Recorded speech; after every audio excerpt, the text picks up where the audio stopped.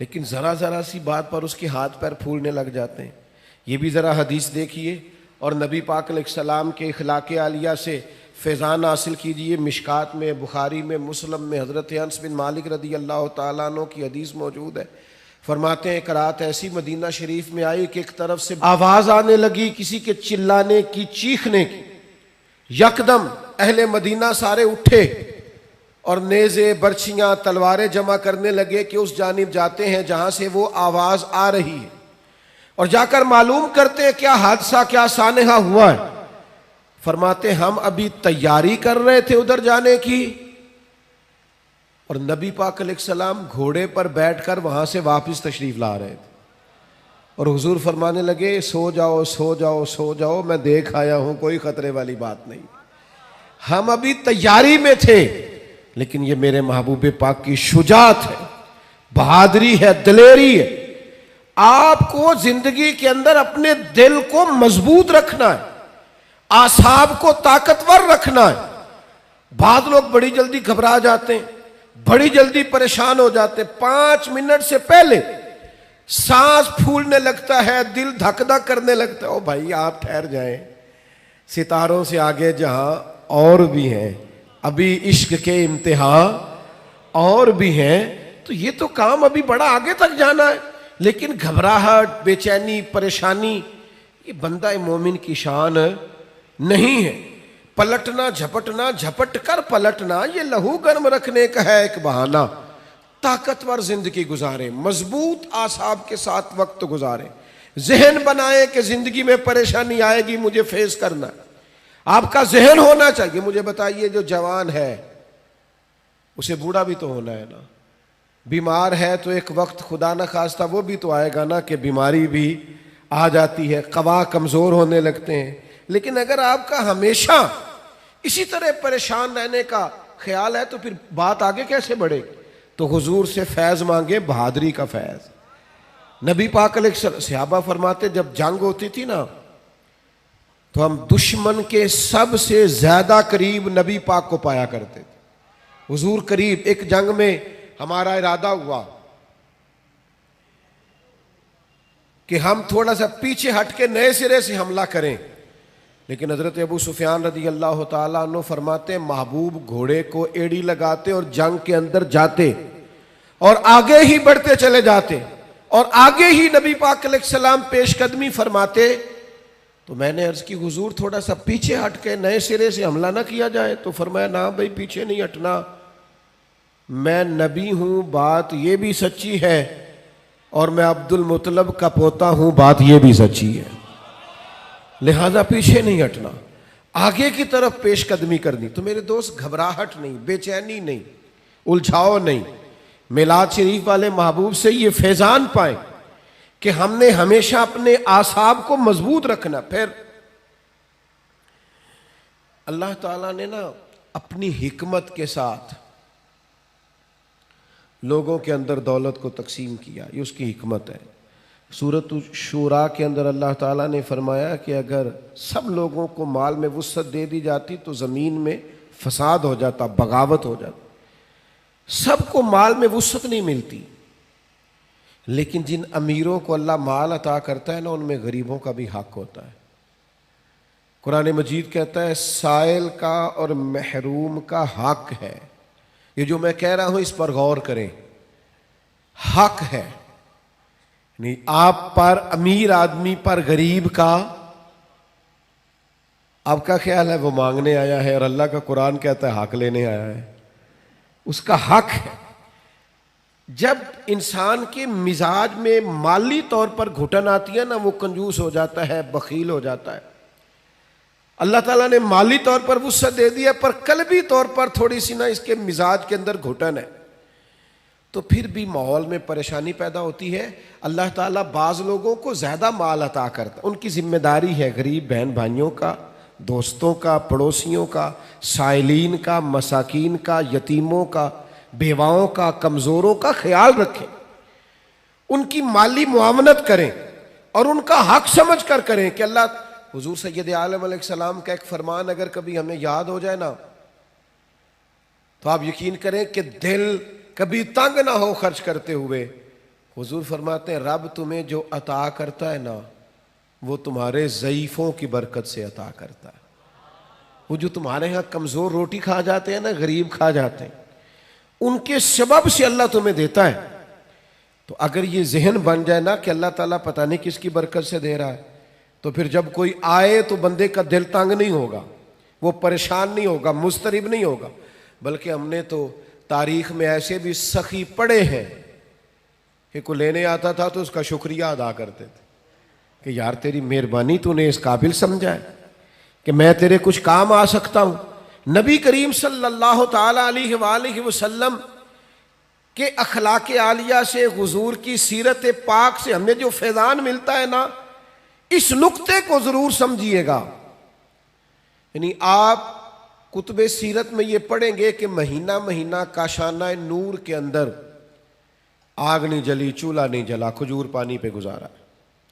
اور اگر ایک سونے کی ڈلی گھر میں پڑی رہ گئی ہے ایک ٹکڑا، تو نبی کریم علیہ السلام نماز پڑھا کے تیزی سے گھر تشریف لے گئے اور حضور نے اسے اٹھایا اور اللہ کے راستے میں خیرات کر دی. کسی چیز کو گھر میں پڑا نہیں رہنے دیا. گھر میں تو دعا مانگی تھی کہ یا اللہ ایک وقت فاقہ ہو، ایک وقت روٹی ہو. لیکن حضرت جابر ابن عبداللہ رضی اللہ تعالیٰ عنہ ارشاد فرماتے ہیں، بخاری مسلم دونوں میں موجود ہے، فرماتے ہیں کہ جب بھی کسی نے حضور سے سوال کیا ہے نا، تو جو چیز ہم نے حضور کی زبان سے نہیں سنی وہ نہیں ہے. حضور نے کبھی کسی کو لا نہیں فرمایا، یہ نہیں فرمایا نہیں ہے. اللہ کرے میں آپ کو سمجھا سکوں. یعنی گھر میں مہینہ مہینہ چولہا نہیں جل رہا، فاقوں کی دعائیں ہو رہی ہیں، لیکن جب کوئی لینے آیا ہے تو حضور نے کبھی نہیں کا لفظ اپنی زبان سے ادا. ایسا کوئی محبوب کہیں ہوگا نہ کہیں ہے، بیٹھا ہے چٹائی پہ مگر عرش نشیں ہے، اور ملتا نہیں کونین کو کیا کیا تیرے در سے، ایک لفظ نہیں ہے جو تیرے لب پہ نہیں ہے. اور آپ دیکھیے فاضل بریلوی کیا کہتے ہیں. فاضل بریلوی کہتے ہیں واہ کیا جود و کرم ہے شہ بطحہ تیرا، واہ کیا جود و کرم ہے شہ بطحہ تیرا، نہیں سنتا ہی نہیں، نہیں سنتا ہی نہیں مانگنے والا تیرا. اور اعلیٰ حضرت فاضل بریلوی رحمۃ اللہ علیہ فرماتے ہیں دھارے چلتے ہیں عطا کے وہ ہے قطرہ تیرا، اور تارے کھلتے ہیں سخا کے وہ ہے ذرہ تیرا. محبوب جب دھارے چلے نا، دھارے عطا کے دھارے چلے تو پتہ چلتا ہے کہ میرے کریم نے کسی کو قطرہ عطا کیا ہے. اس کے گھر میں دھارے چل رہے ہیں، نہریں بہہ گئی ہیں. اور فاضل بریلوی فرماتے ہیں جب پورے تارے کھل جائیں نا سخا کے اور سخاوت کے، پورا گھر اور پورا محل روشن ہو جائے، تو اس کا مطلب یہ ہوتا ہے کہ کریم محبوب نے کسی کو ذرہ عطا کیا. میرے کریم سے گر قطرہ کسی نے مانگا تو دریا بہا دیے ہیں، دربے بہا دیے. سخاوت کا مزاج پیدا کریں. اور غریبوں کی خدمت میں بھی گزارش ہے کہ حضور فرماتے ہیں بندہ اللہ کے ساتھ جس طرح کا گمان کرتا ہے رب بھی اس کے ساتھ اسی طرح کا معاملہ فرماتا ہے. سخاوت کا مزاج تو پیدا کریں. حضور نے فرمایا بندہ دل کا غنی ہوتا ہے، آپ ارادہ تو کریں کہ یا اللہ تو دے میں تیرے بندوں میں بانٹوں گا. آپ ارادہ تو کریں، وہ کریم ہے، عطا کرتے کہاں دیر لگتی ہے.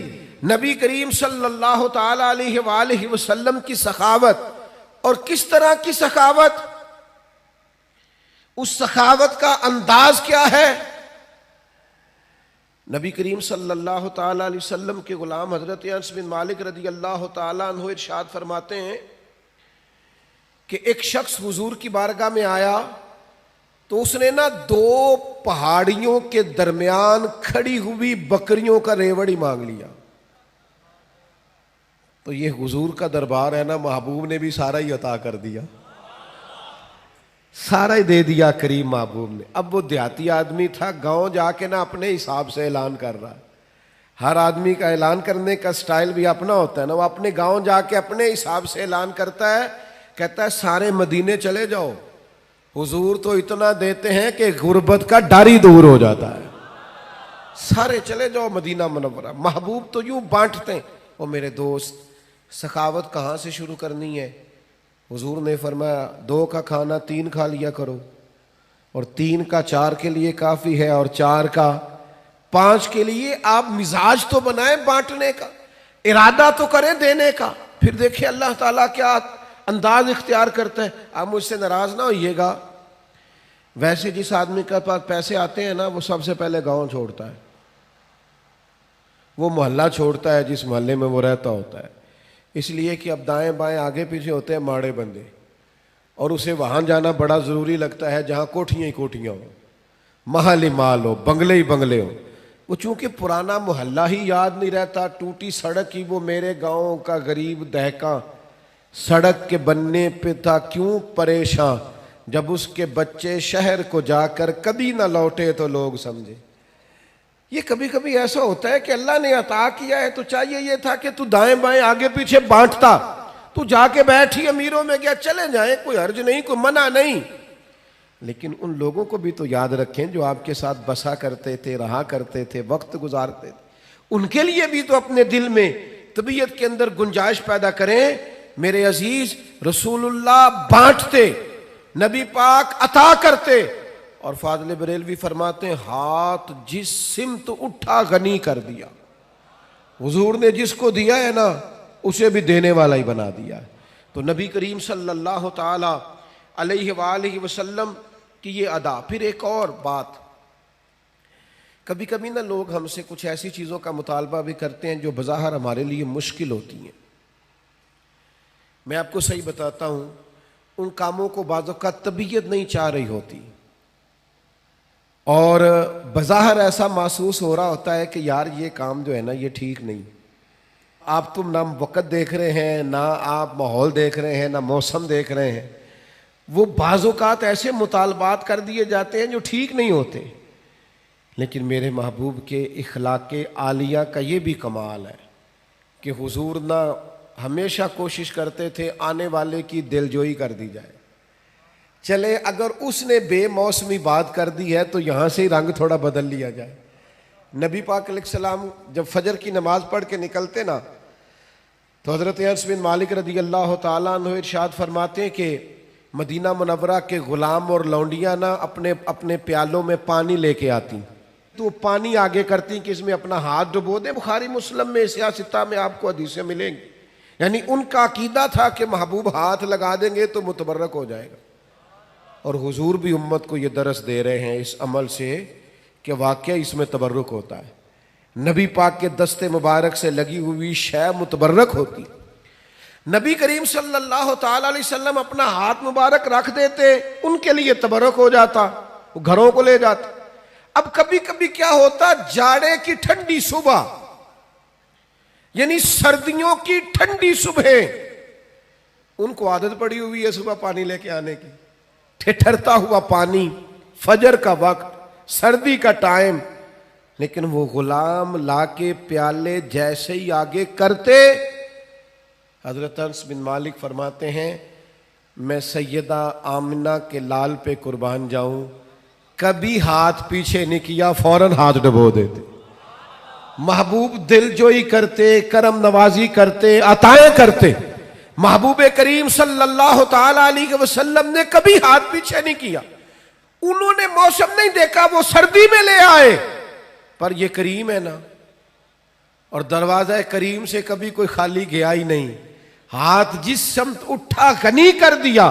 موج بحر سخاوت پہ لاکھوں سلام, محبوب پاک علیہ السلام عطا کر دیتے. او یارو, ہو سکتا ہے کبھی کوئی بے موسم حکم اماں دے ہی دیتی ہو, کبھی کوئی ایسی بات ابا جی کر دیتے ہوں جو آپ کی طبیعت کے مطابق سوٹ نہ کرتی ہو سکتا ہے کبھی گھر والے کوئی ایسی بات کریں جو برداشت کے قابل وقتی طور پر نہ ہو. لیکن یہ دیکھو نا میرے نبی کا اخلاق, یہ دیکھو نا حضور کا انداز. میلاد منانے والوں, محبوب کے نام پر نعرے لگانے والوں, اپنے مزاجوں میں وہ کشادگی بھی پیدا کرو. ہو سکتا ہے کچھ لوگ ایسا بھی کام کریں جو بظاہر طبیعت کے مطابق نہ ہو, پر کہنا ہم اس رسول کے ماننے والے ہیں جو ہمیشہ دلوں کا سہارا بنا کرتے تھے، جو ٹھنڈک پہنچایا کرتے تھے۔ عزیز بھائی، ایک اور بات بھی آپ سے عرض کرنی ہے، یہ جو غصہ ہوتا ہے نا انسان کی طبیعت میں، یہ غصہ نہ آنا بھی ایک بیماری ہے، غصہ آنا بھی چاہیے۔ وَغْلُظْ عَلَيْهِمْ، دین کے دشمنوں پر بندے کو غضبناک ہونا چاہیے۔ محبوب بھی غصہ کرتے تھے۔ حضرت عائشہ صدیقہ رضی اللہ تعالیٰ عنہ فرماتی ہیں اگر کوئی دین کی حدیں توڑتا تھا نا، شریعت کی، وہ تو حضور غصہ کرتے تھے۔ یعنی کچھ لوگ کہتے ہیں فلانے کو غصہ آتا ہی نہیں، تو میں نے کہا یہ بھی بیماری ہے، اس کا بھی علاج ہونا چاہیے۔ اگر کہیں شریعت کی نافرمانی ہو رہی ہے، اسے غصہ نہیں آتا، تو یہ بھی قابل علاج بیماری ہے، اس کا بھی علاج ہونا چاہیے۔ آپ کو غصہ، اعلیٰ حضرت فرماتے ہیں دشمن احمد پہ شدت کیجیے، وہ ملحدوں سے کیا مروت کیجیے، شرک ٹھہرے جس میں تعظیم حبیب، اس برے مذہب پہ لعنت کیجیے۔ آپ کو کبھی کبھی دین کے معاملے کے اندر غصہ بھی آنا چاہیے۔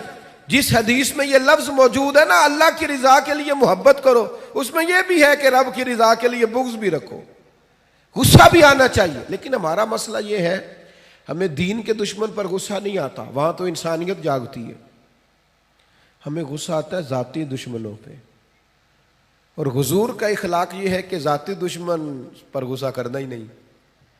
جو ذات کا دشمن ہے اس پر ناراضگی قطعاً نہیں کرنی، وہ ذات کا۔